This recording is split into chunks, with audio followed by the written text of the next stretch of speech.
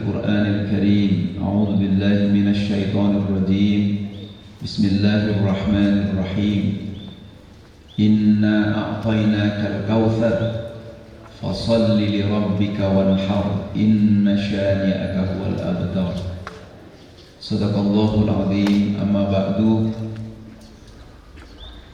ingkang sami-sami kita hormati, kita muliakan para sesepuh, bini sepuh teng lingkungan Muhammadiyah Aisyah Nganjuk dan Kertosono. Kertosono apa Nganjuknya? Kertosono ini sami mawon. Para pimpinan daerah Muhammadiyah Nganjuk dan juga pimpinan cabang Kertosono, khususipun Ustadz Darji, Ustadz Abdul Khalik, ingkang kula tepang-tepang mawon Mas Saiful, dan seluruh hadirin hadirat yang dimuliakan Allah Subhanahu wa taala. Kalau secara strukturnya juga yang sama-sama kita hormati, pimpinan daerah Muhammadiyah Nganjuk, pimpinan daerah Aisyah Nganjuk, pimpinan cabang Kertosono, Muhammadiyah Kertosono, pimpinan cabang Aisyah Kertosono, pimpinan-pimpinan Ortom, baik yang di daerah ataupun yang di cabang, dan seluruh hadirin hadirat ingkang rawuh, ingkang boten saged kula sebat setunggal-setunggalipun. Pertama, monggo kita sami-sami mengucapkan rasa syukur kita kepada Allah Subhanahu wa taala dengan mengucapkan alhamdulillahirabbil alamin, yang dilanjutkan dengan syukur yang banyak kepada Allah, baik berupa ucapan ataupun perbuatan. Mudah-mudahan dengan syukur niku nikmat Allah semakin ditambahkan untuk kita. Nikmat Allah semakin dados kesainan untuk kita. Dados doa-doa yang dikabulkan oleh Allah, doa untuk keselamatan kita, doa untuk kesembuhan kita, doa untuk kesuksesan kita di dunia wal akhirah. Amin Allahumma amin. Bapak Ibu sekalian, kula juga mengajak panjenengan monggo selalu bersolawat bersalam kepada Rasulullah Muhammad sallallahu alaihi wasallam. Mudah-mudahan dengan sholawat salam niku, baik yang kaulian ataupun fi'lian, kita diberi kesempatan oleh Allah untuk mendapatkan syafaat beliau ketika kita dikumpulkan di padang mahsyar kelak. Bapak Ibu sekalian, niki temane khusus. Tema khususnya niku spiritualitas Idul Adha, spiritualitas Idul Qurban, spiritualitas Yaumin Nahar. Nah, niku tema khususnya. Niki badhe menyampaikan nopo kalau temane ngoten, mangke cobi kita bahas. Tapi wau Ustaz Khalik itu bisik-bisik teng kula. Jenengan sampaikan juga tentang KHGT, kalender Hijriah Global Tunggal. Ini kok ada keputusan tarjih PP Muhammadiyah seperti itu nih? Niku landasan ilmiahnya nopo? Nah, kula mungkin akan mengawali niki rumiyin nggih. Karena apa? Karena ini bagian dari keputusan tarjih PP Muhammadiyah, Majelis Tarjih dan Tajdid PP Muhammadiyah ingkang sampun ditanfirkan, sudah dilakukan pembahasannya teng Musyawarah Nasional Tarjih kemudian sudah ditanfirkan. Di Muhammadiyah ini kalau wonten keputusan sampun ditanfirkan, maka seluruh warga Muhammadiyah Aisyah beserta ortom-ortomnya niku wajib nopo fardu ain nopo fardu kifayah. Nek fardu kifayah berarti cukup ting kertosono mawon nggih yang kula pesenaken. Nah niku terus kalau sudah ditanfirkan niku berarti wajib dan fardu ain. Napa bentene wajib kali fardu ain? Kalau wajib niku dari sisi hukum sesuatunya. Fardu ain niku pelaksanaannya wajib bagi individu-individu. Niku fardu ain. Makanya wonten ain. Ain niku maksudnya sebenarnya individu-individu. Wajib niku terkait hukum dari sesuatunya. Jadi seperti KHGT niki ketika sampun ditanfirkan, maka sesuatu yang diputuskan teng putusan tarjih niku menjadi wajib hukumnya untuk diketahui dan dilaksanakan. Nah, pelaksanaannya menjadi fardu ain bagi individu-individu yang aktif di Muhammadiyah Aisyah. Apakah kenapa tarjih niku melahirkan syariat baru ya mboten? Sana syariat baru tetapi syariat yang memang secara ijtihadi niku kemudian diputuskan oleh tarjih. Bapak Ibu sekalian, bagaimana KHGT ini kok sampai KHGT? Sengian memang Muhammadiyah niku kalau mengacu ke Prof Hamka niku awal memang hisab hakiki wujudul hilal, sampai kemudian wonten tulisan Prof Hamka balik ke ru'yatul hilal, meskipun kemudian balik ke hisab hakiki wujudul hilal. Nopo bentene kali KHGT?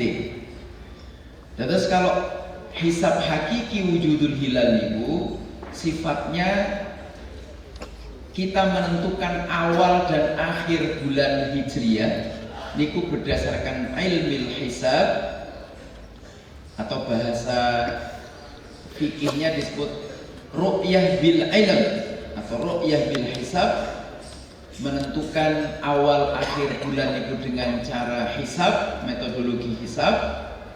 Dan kemudian karena niku wujudul hilal, maka wujudul hilal niku ketika sampun dihisab, entah dia hanya misalnya kelebihannya 0, sekian derajat, maka niku tetap sudah masuk awal bulan. Nah niku wujudul hilal, hisab wujudul hilal atau hisab hakiki. Matlak niku napa namine? Peredaran dari hilal yang muncul kalau kita masih menggunakan hisab hakiki wekdal niku tasik lokal matlaknya. Sehingga misalnya apa yang diputuskan oleh Muhammadiyah teng mriki niku berlaku untuk di Indonesia. Nah, Muhammadiyah punya PCIM nih. Lajeng yang PCIM pun, maka Muhammadiyah mengatakan silahkan mengacu kepada hisab di lokal wilayah masing-masing. Wekdal niku. Lah sakniki wonten KHGT. Napa KHGT niku? Kalender Hijriah Global Tunggal. Disebut Hijriah Global Tunggal karena memang keputusannya niku berlaku untuk seluruh dunia. Kenapa seluruh dunia? Karena dimanapun hilal niku secara ijtimaknya, secara pertemuan antara matahari, bulan dan bumi, maka disitulah ketika terjadi matlak, misalnya ijtimaknya niku terjadi dimanapun di seluruh dunia, di mana di situ wonten umat Islam, maka itu berlaku untuk seluruh dunia. Sebenarnya dasarnya niku cuma setunggal. Napa niku bagaimana kita mengacu kepada satu ukuran tentang penentuan awal bulan dan akhir bulan niku berdasarkan kalender Hijriyah Kobra Tunggal. Yang ketika ijtima di sebuah wilayah niku sampun ditentukan berdasarkan sami hisab hakiki, maka disitulah sesungguhnya kemudian kita sudah bisa memulai awal bulan dan akhir bulan. Bapak Ibu sekalian, Ramadan kalau wingi niku ijtima terjadi di dua tempat, ting Maroko dan ting Alaska. Boten niku Prof Din Samsudin, Pak Din niku tanglep ting Majelis Tarjih. Ijtimanya terjadi kapan? Karena kita kan menentukan Tarawih pertama tanggal 17 hari Selasa malam Rabu. Maka Ramadan kemudian terjadi tanggal 18 Februari. Terjadinya kapan ijtimanya? Nah, alhamdulillahnya niku ting Maroko ijtima terjadi selama sekian detik, niku terjadi pada pukul 19 lewat 40 menit. Artinya secara wekdal niku tasik di hari itu, bukan di hari malamnya gitu. Misalnya kalau sampun jam 00 itu kan berarti sudah besoknya. Kalau jam 00 terjadi ijtima, maka harusnya puasanya tanggal 19. Tetapi karena ijtimanya terjadi tanggal jam 19.40, karena itu kemudian diputuskan maka awal Ramadan niku terjadi pada tanggal 17. Karena ijtimanya di hari itu. Nah, Pak Din awalnya mempertanyakan wekdal ini. Kalau wekdalnya niku meskipun terjadi ijtima tapi sudah hari lain, hari berikutnya, maka otomatis juga di hari berikutnya. Yang di Alaska niku memang terjadi pukul 1 dini hari ijtimanya. Nah, kalau kita mengacu misalnya mengacu Alaska atau mengacu Maroko, nah acuannya itu kalau kalender Hijriyah Global Tunggal adalah dimanapun di sebuah tempat terjadi ijtima dan ijtimanya niku sampun terlihat dengan tepat secara ilmiah, maka kita bisa menentukan, dan itu berlaku untuk matlak duali, matlak secara umum, matlak secara internasional. Itulah yang disebut dengan global tunggal. Nah, maka Bapak Ibu sekalian, panjenengan boten usah ragu, karena sesungguhnya kalender Hijriyah Global Tunggal niki mengkombinasikan banyak ilmu. Ru'yatul hilalnya dilakukan dengan melihat ijtima, meskipun tidak perlu dengan ru'yatul hilal bil amal atau ru'yah amali, tidak perlu. Jadi ketika di sebuah tempat sudah terjadi ijtima, maka itulah keputusannya. Sama juga dengan penentuan Dzulhijjah nih. Nah, Dzulhijjah niku terjadi ijtimanya pada tanggal 18 Mei. Sehingga kemudian tanggal sedoso niku terjadi pada tanggal 27 Mei. Berarti panjenengan puasa Arafahnya tanggal 26 Mei. Dinten Selasa. Kemudian tanggal 27-nya niku panjenengan melaksanakan sholat Idul Adha. Kula nanti ditanggapi, puasa tarwiyah niku wonten napa mboten? Nah, puasa tarwiyah niku ngeten. Pendapatnya Ibnu Taimiyah, tarwiyah dan Arafah itu boleh dilaksanakan dua-duanya, tetapi yang lebih arjah adalah, yang lebih kuat adalah kita cukup puasa Arafah. Kenapa Ibnu Taimiyah Mugdal itu berpendapat boleh tarwiyah, boleh Arafah? Karena kita tahu termasuk Saudi niku damel napa? Damel ru'yatul hilal, penentuan awal bulan bulan dan akhir bulan. Nah, sehingga kemudian dikhawatirkan kalau misalnya belum terru'yah, sementara menurut hisabnya niku kok tanggal sekian tapi kok ora dimundur kok ora dimaju, makanya kemudian wis nggak apa-apa puasa tarwiyah. Nah, tetapi alhamdulillah sekarang dengan kemajuan teknologi, tapi bukan berarti kemudian kita beribadah bergantung kepada kemajuan teknologi, tetapi kita beribadah berdasarkan ilmu. Nah, prinsipnya buatan bergantung bahasanya, tetapi kita beribadah berdasarkan ilmu. Maka kemudian sekarang sampun fix, misalnya penentuan kapan tanggal 9 Dzulhijjah, kapan tanggal 10 Dzulhijjah, kapan tanggal 1, bahkan 1000 tahun yang akan datang itu sudah bisa ditentukan.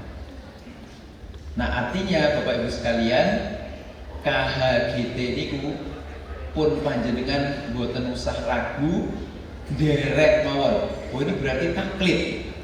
Sanes taklid, panjenengan saged maos keputusan-keputusannya dan hasil keputusan yang dibahas dalam kerangka KHGT niku panjenengan saged maos.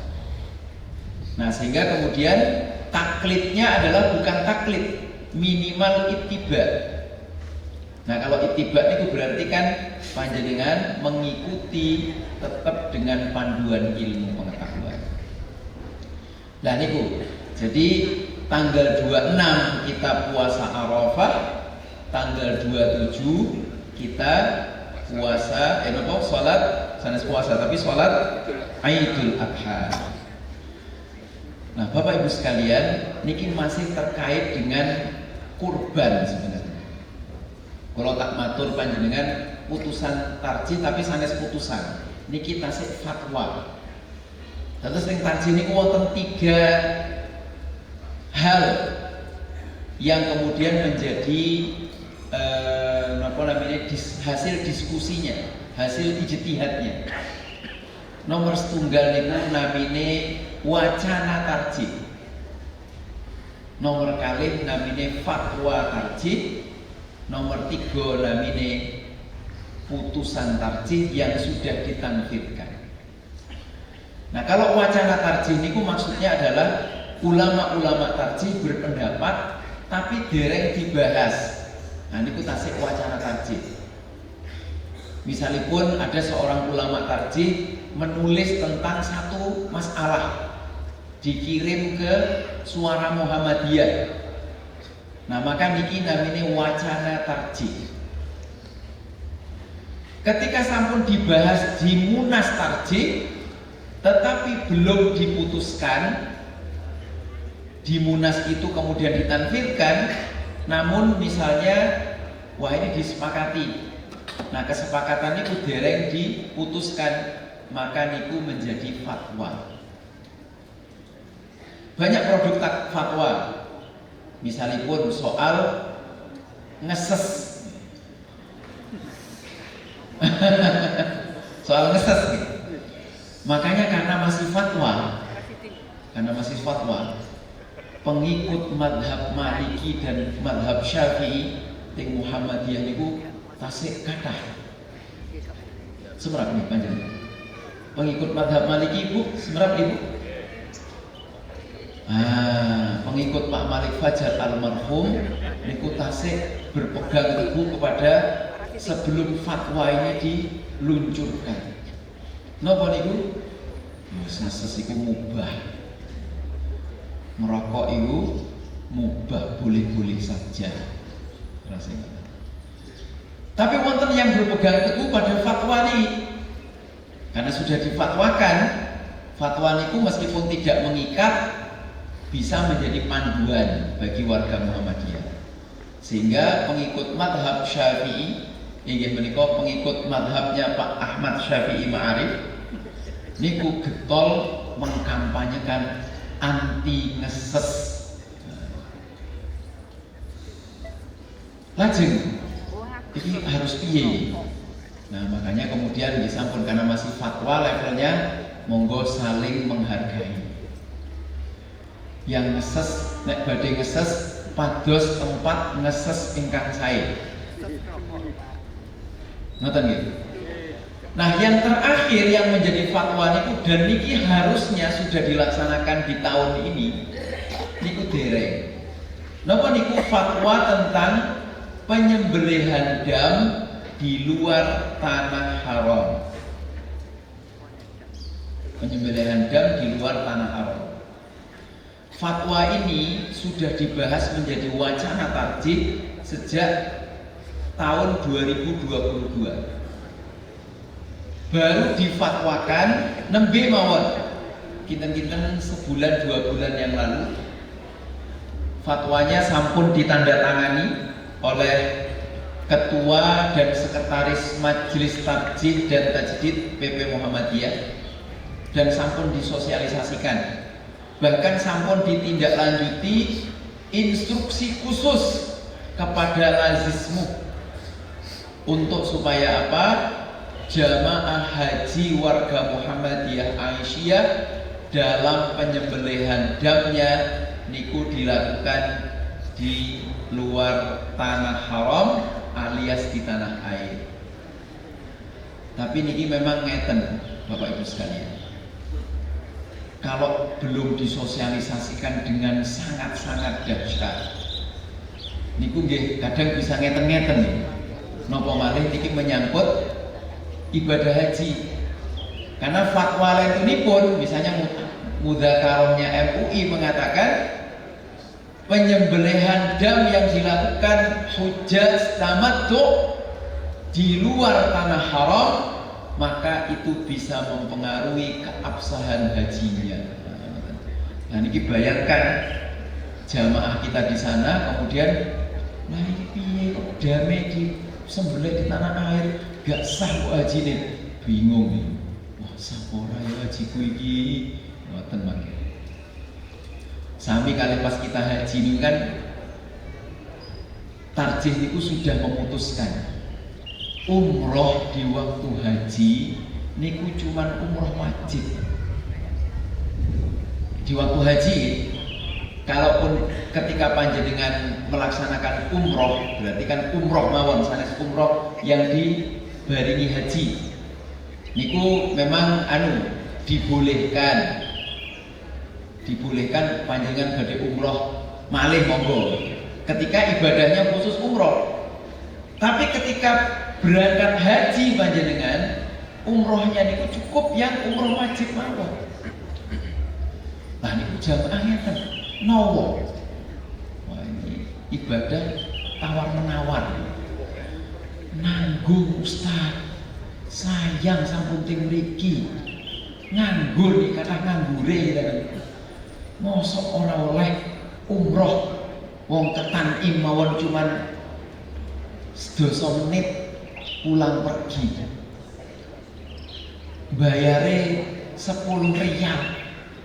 Kula niku nggih tasik enggak ada tanggungan kata. Kula badhe badal umroh. Wah ini perkara malih badal umroh nih. Karena yang tarjih niku wonten syarat-syarat nek badhe badali. Mboten sekedar badal mawon. Nah, Bapak Ibu sekalian, karena itu kemudian kita kadang terpengaruh. Tinggalin ono malah ting hotel itu macam-macam. Di hotel itu mosok niku pagi umrah Ustaz. Habis pulang dari Masjidil Haram niku kemudian berangkat ting Tan'im, langsung berangkat ting Masjidil Haram langsung umrah Ustaz. Nah niku Masya Allah biayanya sekedhik, pahalanya kuatah Ustaz. Niki. Padahal kita niku dalam beribadah harus dengan ilmu tadi. Yang kita banyak harus lakukan ketika situasinya berangkat haji niku justru nopo? Tawaf, i'tikaf, dan juga sholat yang fardu-fardu niku diupayakan ting Masjidil Haram. Nah niku harusnya yang diperbanyak. Tawaf malah diperbanyak, makanya askar niku kalau belum waktunya adzan kan suruh pergi, ayo gerak gitu. Gitu disuruh nopo? Tawaf. Karena memang yang dianjurkan itu tawaf. Tapi alhamdulillah tawaf niku pasti niku kathah modele. Setelah tawaf ting Masjidil Haram, keluar dari Masjidil Haram, kita tawaf malih nih Ustaz. Leres nih, ibu-ibu. Tawaf ting pundi? Tawaf fis-suq. Dan itu lebih khusyuk biasanya. Lebih khusyuk dan lebih lama. Napa malih bapak-bapak nek nganter ibu-ibu. Ayo toh, sik toh Pak, iki sik akeh sing pesenan catetane kathah. Guyon iki. Baik, kita sekarang ke topik utama, spiritualitas Idul Kurban. Kita ini kalau mendiskusikan tentang spiritualitas syariat niku selalu sebenarnya syariat Islam niku di samping wonten ritualnya niku mesti wonten dampak sosial. Setelah ritual niku mesti wonten dampak sosial, termasuk Idul Kurban. Nah, kalau tak cerita bab fikihnya nih, dari sisi penyebutan, niku kan wonten Idul Adha, Idul Kurban, kadang kemudian hari-hari ketika 10 Dzulhijjah plus hari tasyrik niku disebut Ayyamun Nahar, hari-hari penyembelihan. Nah niki nopo maknanya kok wonten 3 peristilahan ini? Nopo yang kemudian bisa kita ambil sebagai pemaknaan atas syariat Idul Kurban atau syariat ibadah kurban?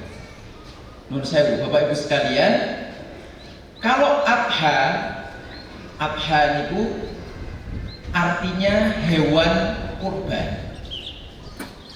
Maka Idul Adha niku artinya perayaan penyembelihan hewan kurban. Nah, hewan kurban ini sampun ditentukan. Onto, kambing, sapi, kebo, kuda. Angsal kuda. Syariatnya gitu, angsal kuda. Asal panjenengan kolu. Kula goiru kolu. Ngedok napa daging kuda. Susune kan. Wonten sing tanglep ngeten. Kambing iki kinten-kinten regine pinten saniki? Pukul rata 3 juta lah nggih. 2,5 atau 3 juta.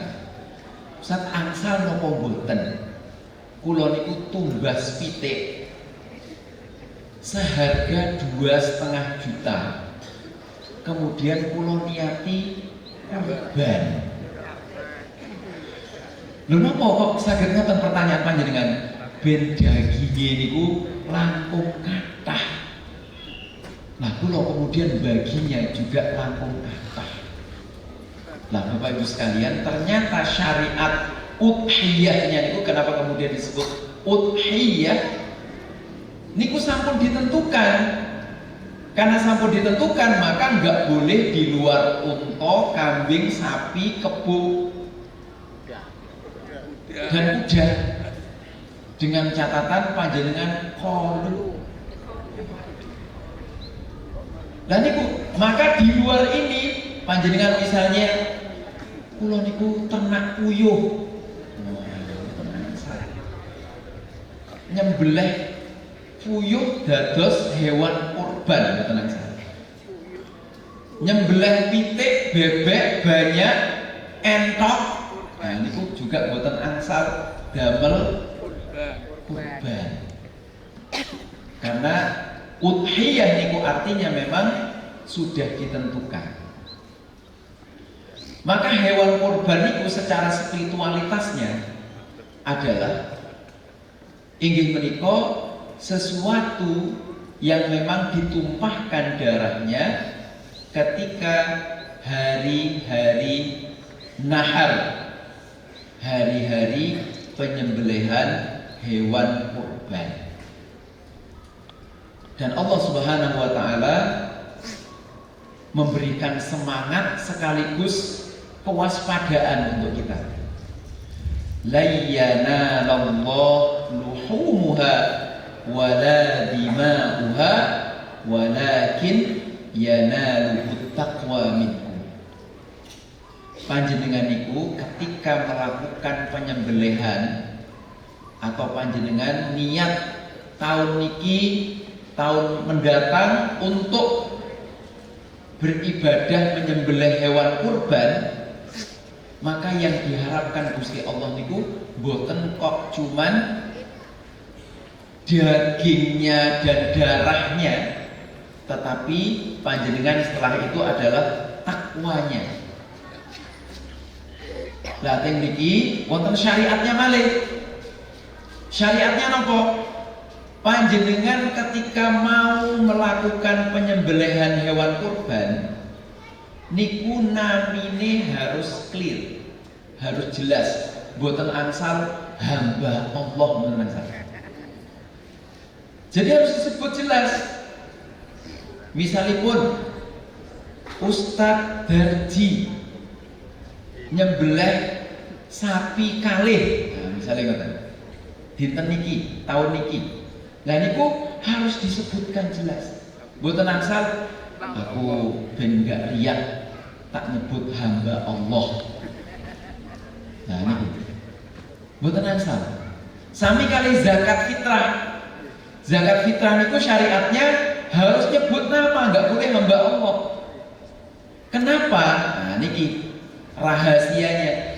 Dan kenapa kemudian disebut nahar? Yaitu bahwa itu punya dampak sosial, yaitu orang kaya harus memperhatikan orang yang kurang mampu. Dan supados tidak terjadi fitnah dari orang yang kurang mampu terhadap orang kaya, maka tadi penyebutannya harus betul-betul jelas. Nah kecuali panjenengan sedekah. Nah sedekah ini memang harus ditutup rapat-rapat.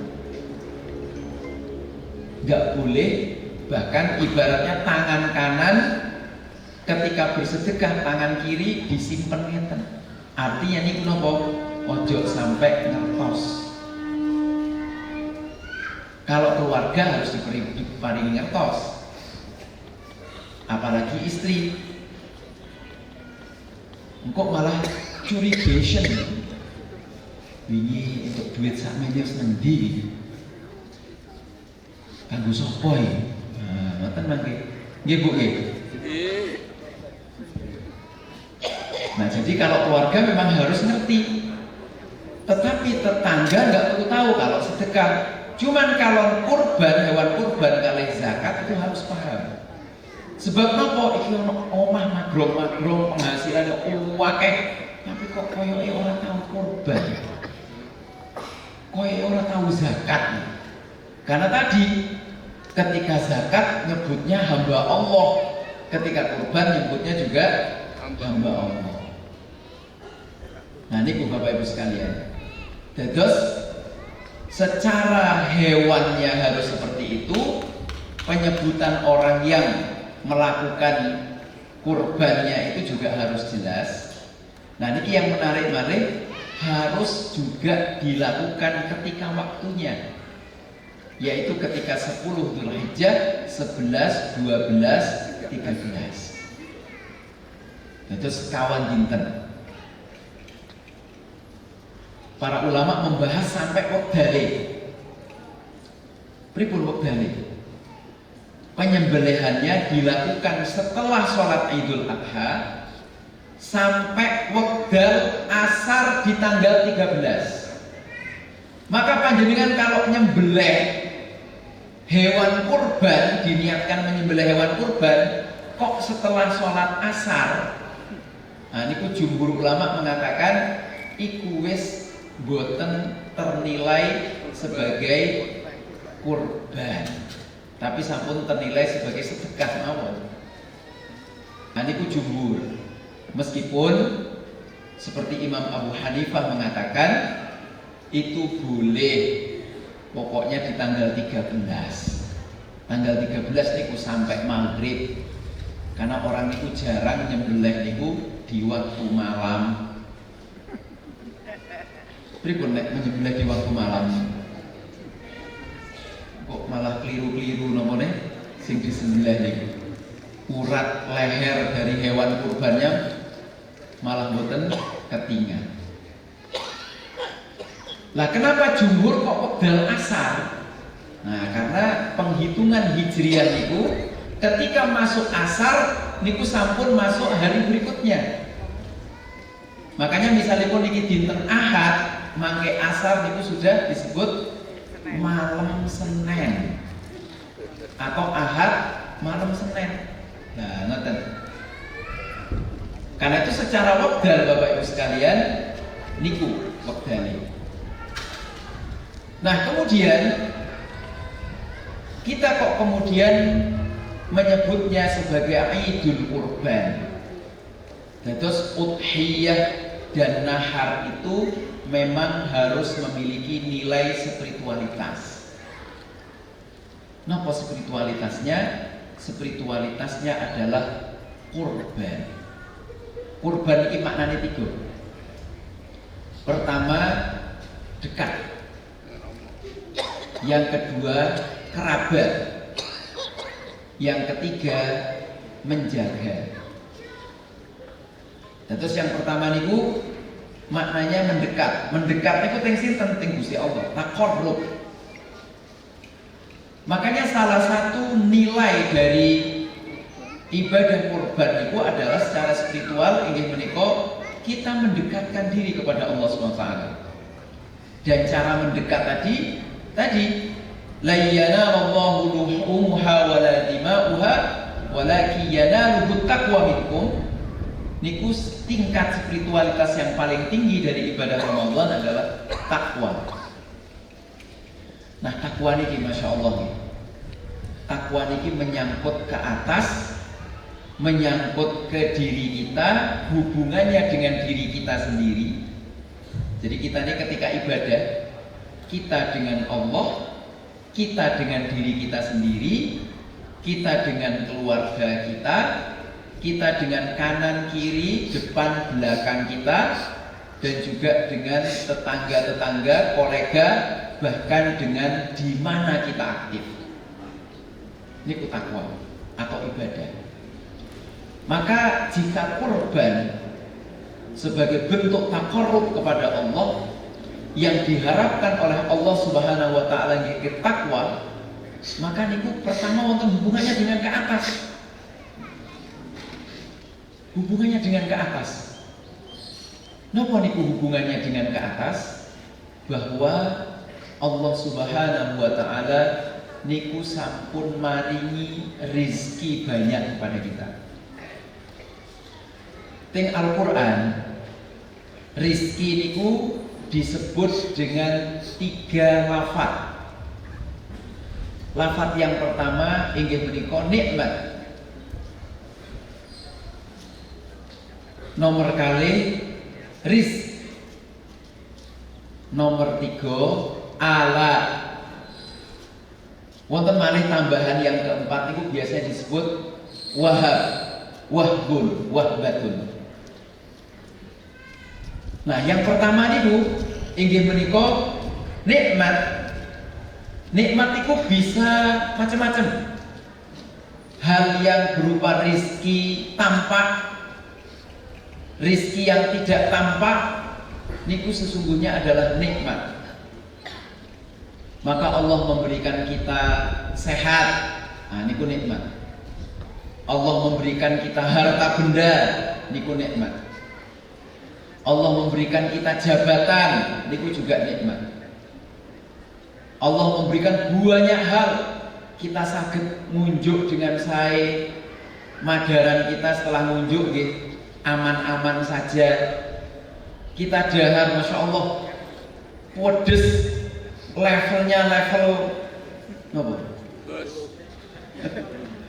Level pinten lah ngoten. Wah niku nggih tasih aman madaranipun. Wah niku nikmat juga. Nah pokoknya segala hal yang menyangkut nikmat-nikmat baik yang sifatnya fisik ataupun tidak nampak niku nikmat. Nah nikmat ini kemudian menjadi rizki. Rizki ini wonten kalih, wonten rizkun hakikiyun dan rizkun ghairu hakikiyin.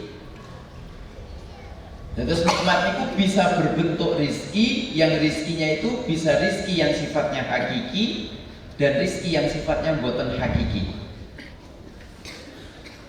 Napa rizki yang hakiki ini?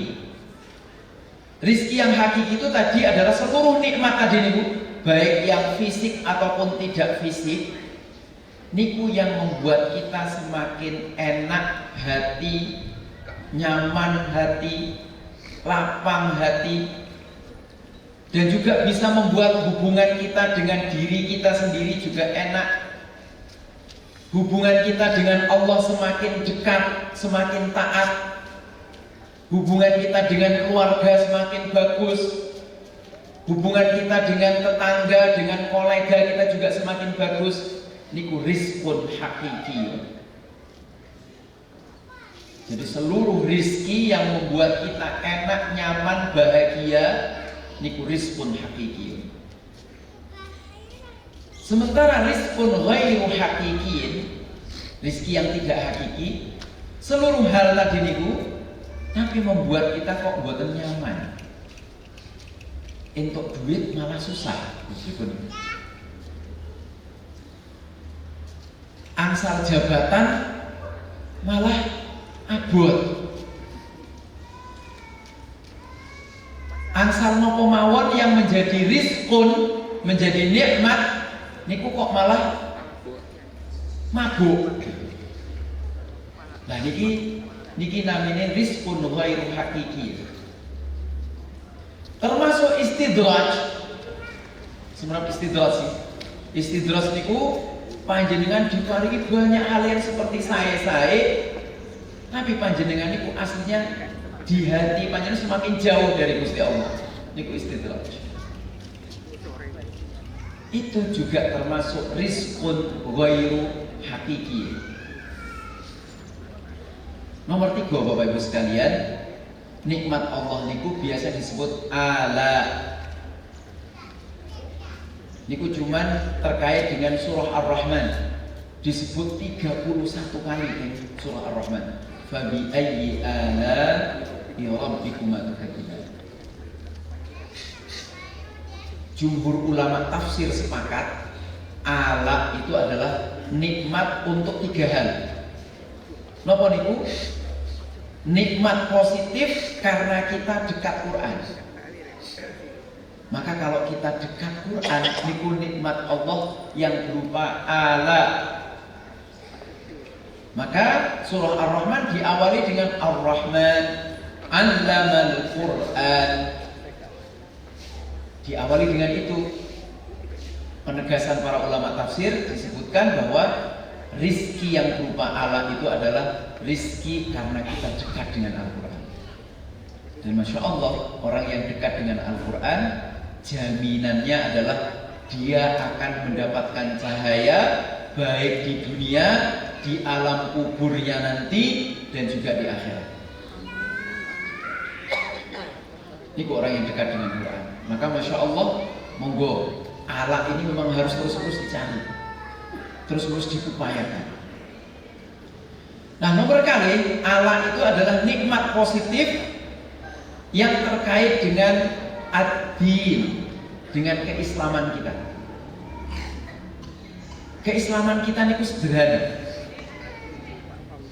Kita sholatnya rajin, nopo malih kemudian ditambah jamaah, kemudian menjaga lisan supaya tetangga kita tidak kita caci maki, tidak kita cela, keluarga kita juga tidak kita caci maki, tidak kita cela. Kemudian nomor 3 nih terkait dengan dinul Islam itu kita loman. Maka setiap kita niku wa yuqimunas shalah niku mesti wa yu'tunaz zakat. Karena Islam niku sebenarnya topangane niku inggih menika kita melaksanakan sholat, kita kemudian berbuat baik dengan harta benda kita dengan sesama. Catatannya setelah itu adalah kita jangan berkata yang buruk.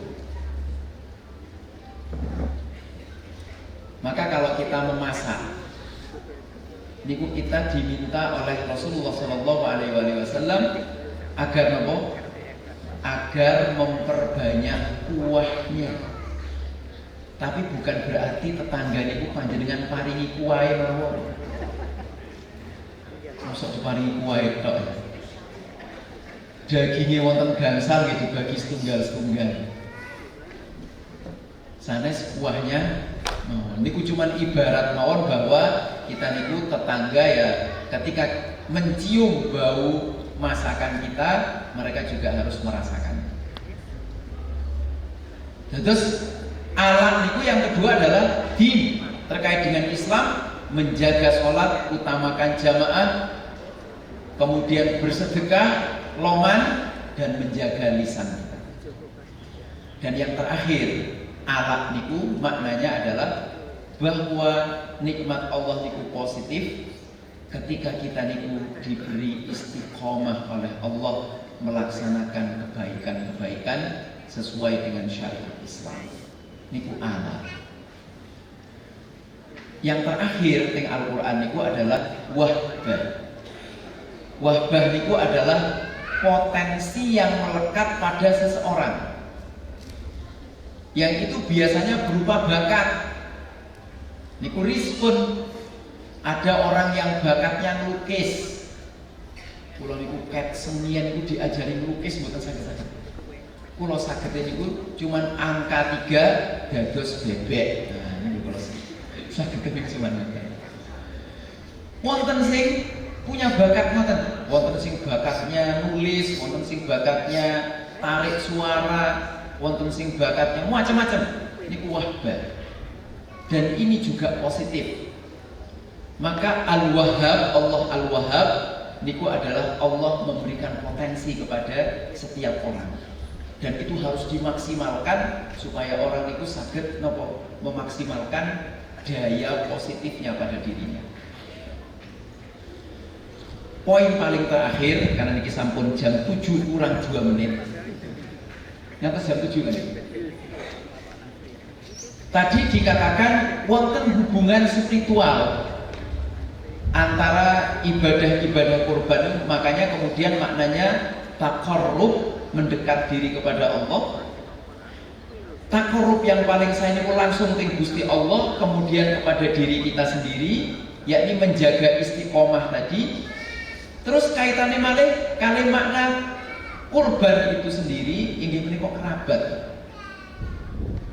Maka spiritualitasnya adalah orang yang beribadah kurban itu orang yang betul-betul terhadap keluarganya terbaik.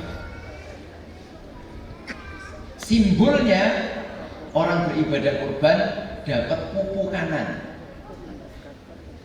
Pupu kanan itu kinten-kinten penyangga. Meskipun nak cuma setunggal itu ya pripun badhe melangkah. Tapi niku simbol. Karena simbol kekuatan itu paling tidak di pupu yang sebelah kanan. Niku artinya orang disimbolisasi dalam ibadah kurban itu adalah kamu harus baik terhadap keluargamu. Dan yang paling terakhir menjaga niku menjaga lisan, menjaga fitnah, karena itu tadi harus menyebut namanya, dan juga menjaga agama ini.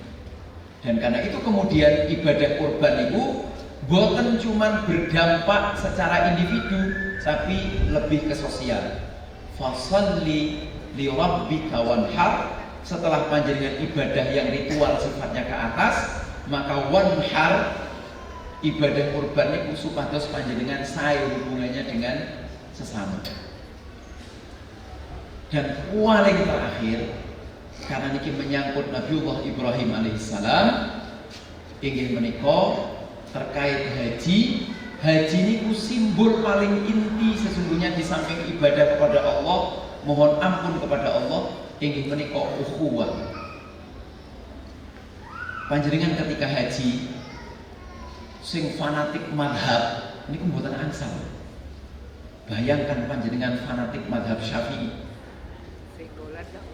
senggolan laki perempuan boten mahram niku langsung batal wuduke. Panjenengan lagi tawaf sentuhan, waduh tak wudu. Sentuhan malih, wudu malih. Kapan bar tawafe? Boten bar tawaf dan sa'i nih panjenengan. Karena tawaf dan sa'i mensyaratkan panjenengan harus punya wudu. Paling tidak itu ukhuwah madhabiyah, ukhuwah basyariyah, karena kulitnya jangan dilihat cemengi wae tawafnya ora terima cemengi. Maksudnya tawaf panjenengan kok wonten sing uwiren cemeng mengkilat gitu. Nah niku mboten angsal, harus ada ukhuwah basyariyah. Tapi yang lebih utama ingin menika ukhuwah Islamiyah dan ukhuwah insaniyah. Panjenengan dalam haji niku betul-betul harus mengatakan, ya Allah, aku harus baik terhadap Islam dan Muslim. Aku harus baik terhadap semua insan makhluk. Karena itu ketika panjenengan seluruh makhluk ini, ketika panjenengan dahar ulam niku jangan cuma disisakan arine mawon. Ketika panjenengan buat lempar ke belakang, kok kena kepalane anak jin. Anak jin itu kok cuma ngeri ya, orang dagingnya belas terus dintekno. Akhirnya jinnya marah kemudian ngamuk-ngamuk jadi kesurupan. Guyon yang terakhir.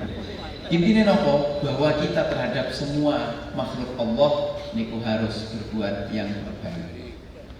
Maka ten kemawon ingkang saged kula matur teng panjenengan, mugi-mugi banyak manfaatnya. Mohon maaf kalau ada kurang dan lebihnya. Akhirnya nun wal qalami wa ma yasturun. Nasrullah wa qarib wa basyiril mu'minin. Tsumma assalamu alaikum warahmatullahi wabarakatuh. Waalaikumsalam warahmatullahi wabarakatuh. Terima kasih disampaikan kepada beliau Bapak Ustaz Hasbullah Hadir yang memberikan jalan kita sekalian terkait masalah kurban. Kepada Bapak Ibu sekalian, apabila ada sesuatu yang mau dipertanyakan, dipersilakan masih ada waktu beberapa menit ke depan. Kepada Bapak dulu, kami silakan ada yang mau dipertanyakan. Cukup, Ibu? Cukup. Terima kasih. Kalau tidak ada, ternyata sudah paham semuanya Bapak. Ini apa yang perlu saya sampaikan dan tidak bisa dipahami dan terima. Oleh karena itu sebelum acara kita tutup, maka ada satu acara terakhir yaitu pelantikan sekaligus pemeriksaan tanggal kepada Bapak PDM dan Bapak Ketua Pelajaran dipersilakan untuk maju ke depan.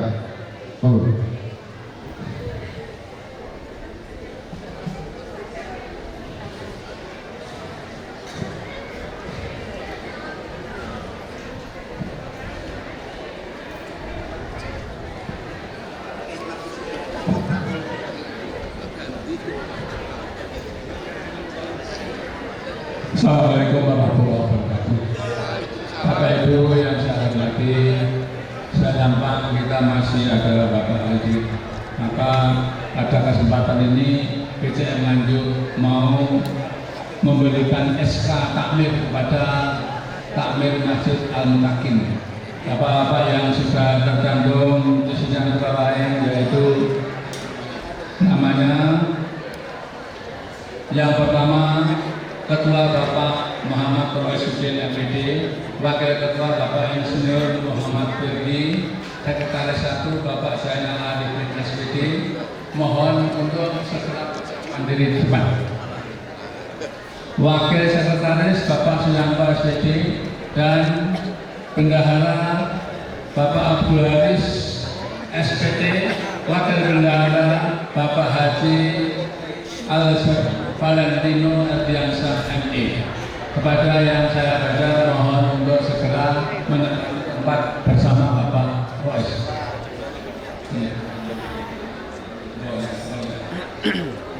Untuk yang bidang keagamaan dan komunikasi masyarakat, Bapak Dr. Andes M. Zaini, mohon kalau memang rawuh bisa langsung ke depan.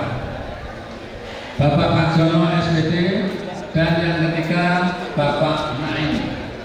Nomor B, bidang pembinaan dan kesejahteraan masyarakat, Bapak Yusuf Setiawe. 2, Bapak Suyitno. 3, Bapak Sunadiono. C, bidang sarana dan prasarana, 1, Bapak Insinyur Haji Ahmad Nugroho, mohon segera maju. Dan yang kedua Bapak Suratno, yang ketiga Bapak Anianto. Bidang hubungan masyarakat, 1, Bapak Mejan SH. 2, Bapak Dr. Sunarno. Yang ketiga Bapak Kus Martono. Yang keempat Bapak Edi Wo.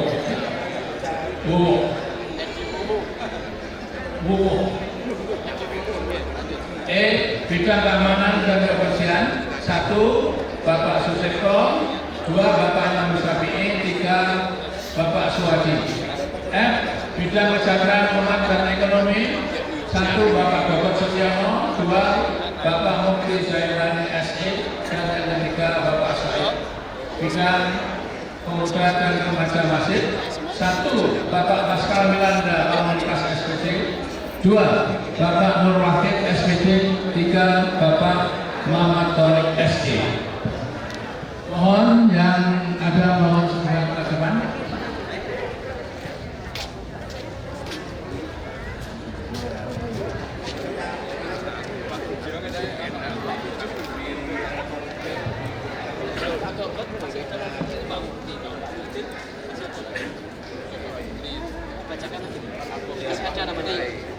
Pak Gogot, ya gitu.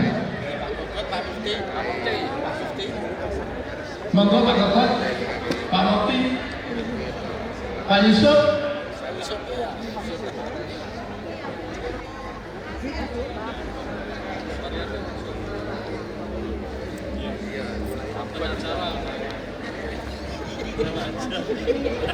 Ada lagi bagian kementerian.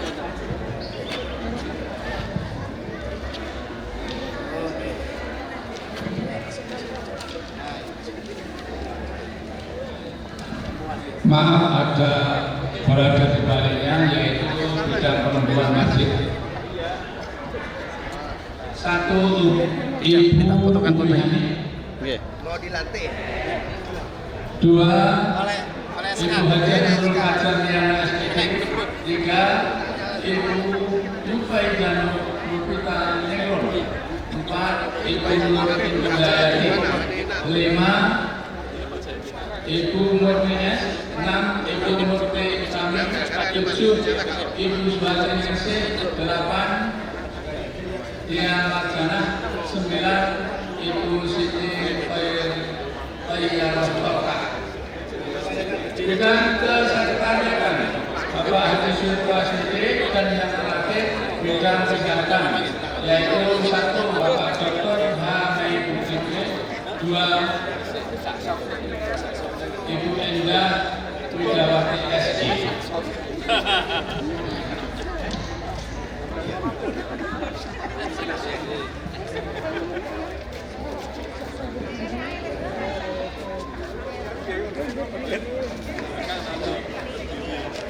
Jangan banyak.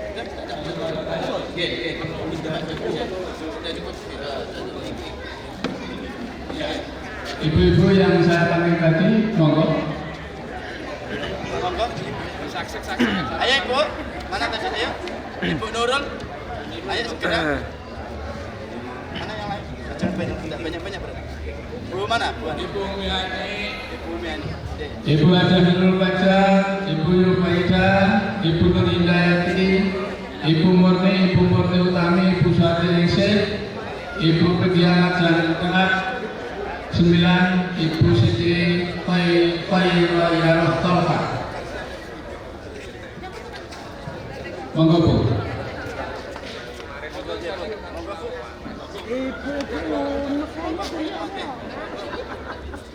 Ayo selak tak foto. Ayo selak bar. Satu lagi Bu. Bu Siti. Bu Siti, monggo. Bu Siti wonten. Dan ini, Sesepuh ya. saya alun-alun. Senior.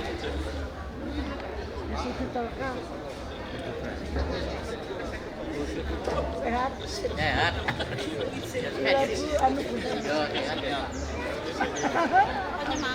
Penyemangat harus ada Ibu. Sehat selamat.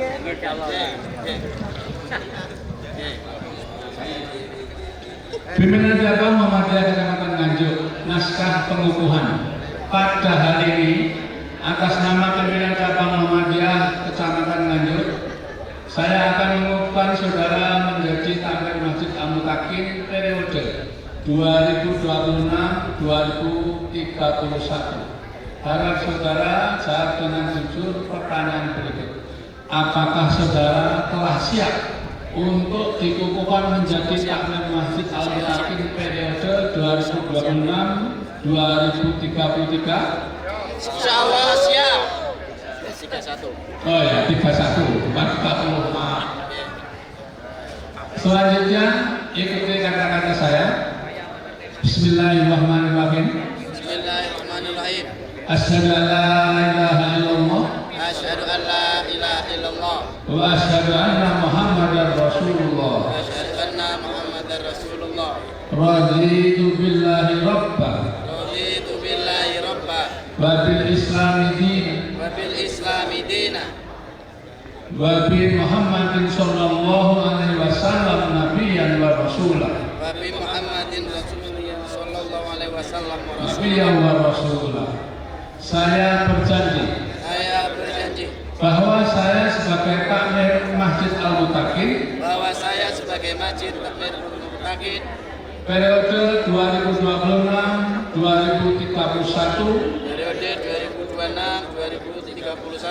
akan senantiasa menjalankan amanah yang berkenaan dengan tugas-tugas sebagai takmir Masjid Al-Mutakin. Tugas-tugas takmir Masjid Al-Mutakin sesuai dengan ketentuan dan yang berlaku di lingkungan persyarikatan. Hanya kepada Allah saya mengabdi, dan hanya kepada Allah juga saya memohon pertolongan. Amin.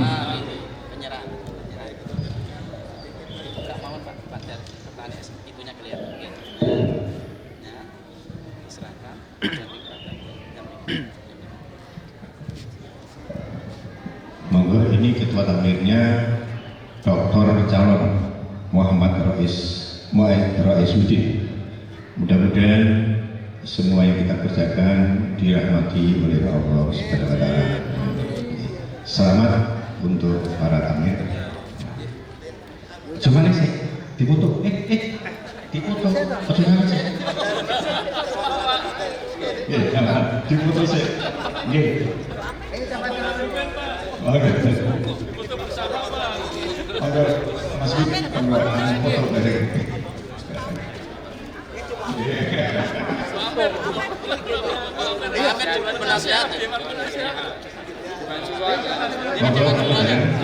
Fotonya lagi nih. Apa nih? Di sini. Fotonya lagi.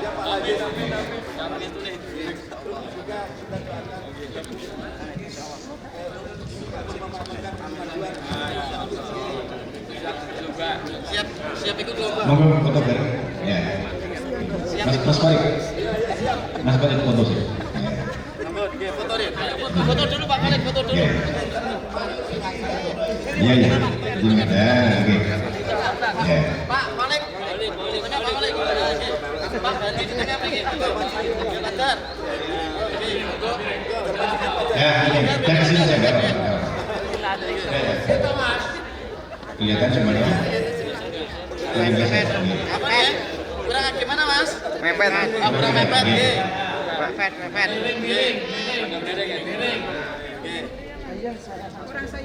Wes kelihatan.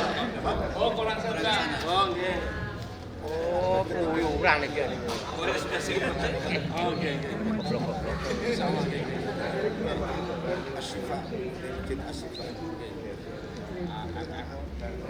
Nah, Mas, sudah Mas. Semangat.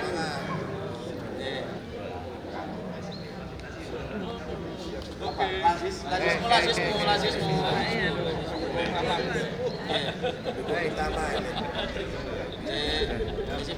Sini. Satu,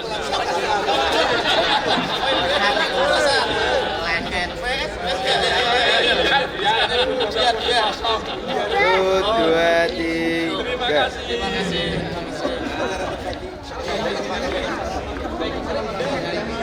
Turun ya Mas.